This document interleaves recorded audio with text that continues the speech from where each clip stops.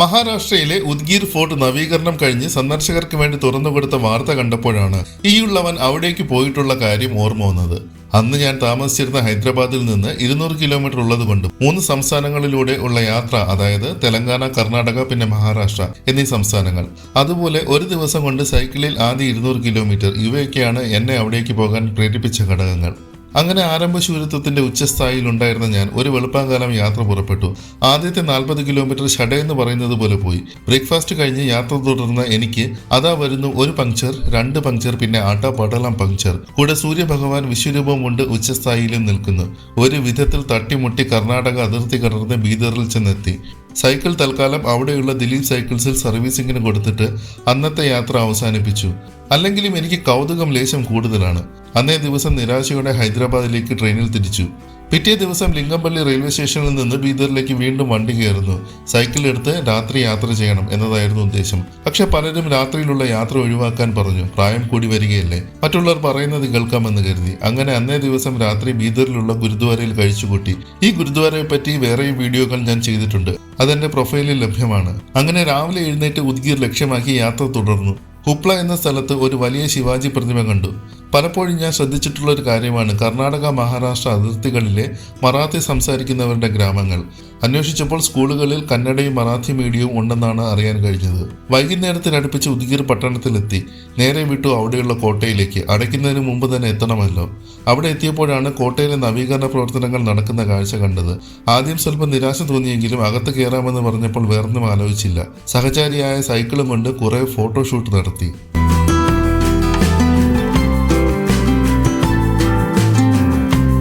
ഉദ്ഗീറിലെയും ജംഗ്ഷനിൽ ഒരു ശിവാജി പ്രതിമയുണ്ട്. പിറ്റേ ദിവസം ഉദ്ഗീറിലെ കാഴ്ചകൾ കാണാമെന്ന് കരുതി ഉച്ചയ്ക്ക് ശേഷം പുറത്തിറങ്ങിയപ്പോഴാണ് അന്നൊരു രാമനവമി ദിവസമാണെന്ന് മനസ്സിലായത്. തലേ ദിവസം കോട്ടയിലെ ചില ഭാഗങ്ങളിൽ ഫോട്ടോ എടുക്കാൻ പറ്റിയിരുന്നില്ല. ഒന്നുകൂടെ അവിടെ പോയി വീണ്ടും ഫോട്ടോഷൂട്ടിൽ മുഴുകി. തിരികെ എത്തിയപ്പോഴാണ് ഉദ്ഗീറിലെ ജംഗ്ഷനിൽ രാമനവമി പ്രമാണിച്ചുള്ള ആഘോഷങ്ങളും ഘോഷയാത്രയും ശ്രദ്ധയിൽപ്പെട്ടത്. തങ്ങളെക്കാൾ വലിയ ഢോൾ അരയിലേന്തി അത് കൊട്ടുന്ന പെൺകുട്ടികളെയും ആൺകുട്ടികളെയും കാണാൻ നല്ല രസമുണ്ടായിരുന്നു. അതിന്റെ താളത്തിനൊത്ത് ചുവട് വയ്ക്കുന്ന കുറെ ചെറുപ്പക്കാർ.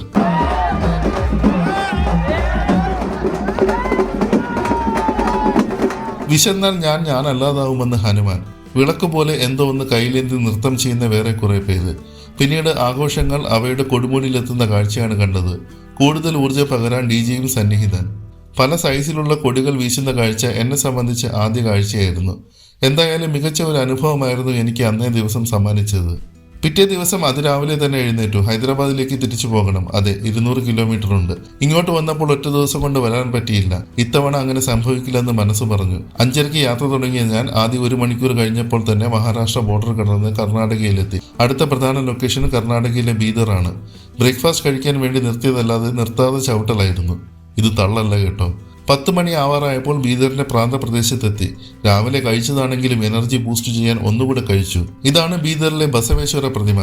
ധാരാളം പ്രതിമകൾ ഉള്ള ഒരു സ്ഥലം കൂടിയാണ് ബീദർ. 11ാം നൂറ്റാണ്ടിൽ ജീവിച്ചിരുന്ന ചിന്തകനും കവിയും സാമൂഹ്യ പരിഷ്കർത്താവുമാണ് ബസവേശ്വര. സൂര്യഭഗവാൻ വീണ്ടും തന്റെ വിശ്വരൂപം പുറത്തെടുക്കുന്ന കാഴ്ചയാണ് പിന്നീട് അങ്ങോട്ട് കണ്ടത്. ഈ പ്രദേശം എനിക്ക് ഭയങ്കര ഇഷ്ടമാണ്. കുറച്ചു ദൂരം കാടാണ്. എന്തുകൊണ്ടോ ഇവിടെ കൂടെ സഞ്ചരിക്കുമ്പോൾ പഴയ കന്നഡ സിനിമയായ പല്ലവി അനുപല്ലവിയിലെ നഗുവ നയന എന്ന പാട്ട് എനിക്ക് ഓർമ്മ വരും. കുറച്ചു ദൂരം കൂടെ പിന്നിട്ടപ്പോൾ കർണാടക തെലങ്കാന ബോർഡർ എത്തി.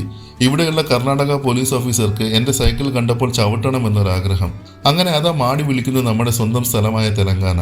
സൂര്യഭഗവാനെ നമിച്ചുകൊണ്ട് മന്ദഗതിയിലാണ് പിന്നീട് സൈക്കിൾ ചവിട്ടൽ. 7 മണിക്ക് റൂമിലെത്തണം എന്നതാണ് എൻ്റെ ടാർഗറ്റ്. വരുന്ന വഴിയിൽ ഒരു തണ്ണിമത്തൻ വാങ്ങി അവിടെ വെച്ച് തന്നെ മുഴുവനും കഴിച്ചു. അപ്പോൾ കിട്ടിയൊരു സുഖം ഒന്ന് പറഞ്ഞറിയിക്കാൻ പറ്റില്ല. ഹൈദരാബാദ് എത്തേണ്ടത് 7 മണിക്കായിരുന്നെങ്കിലും 2 മണിക്കൂർ വൈകി ഞാൻ എത്തി.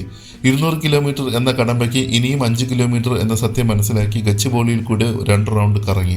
അവസാനം എന്നെ പോലെയുള്ള ഒരു സാധാ സൈക്ലിസ്റ്റിന് 200 കിലോമീറ്റർ മുഴുമിപ്പിക്കാൻ പറ്റിയെന്ന സന്തോഷം പറഞ്ഞറിയിക്കാൻ പറ്റാത്തതായിരുന്നു. ധാരാളം അനുഭവങ്ങൾ സമ്മാനിച്ച ആ ഉദ്ഗീർ യാത്ര ഒരിക്കലും മറക്കില്ല.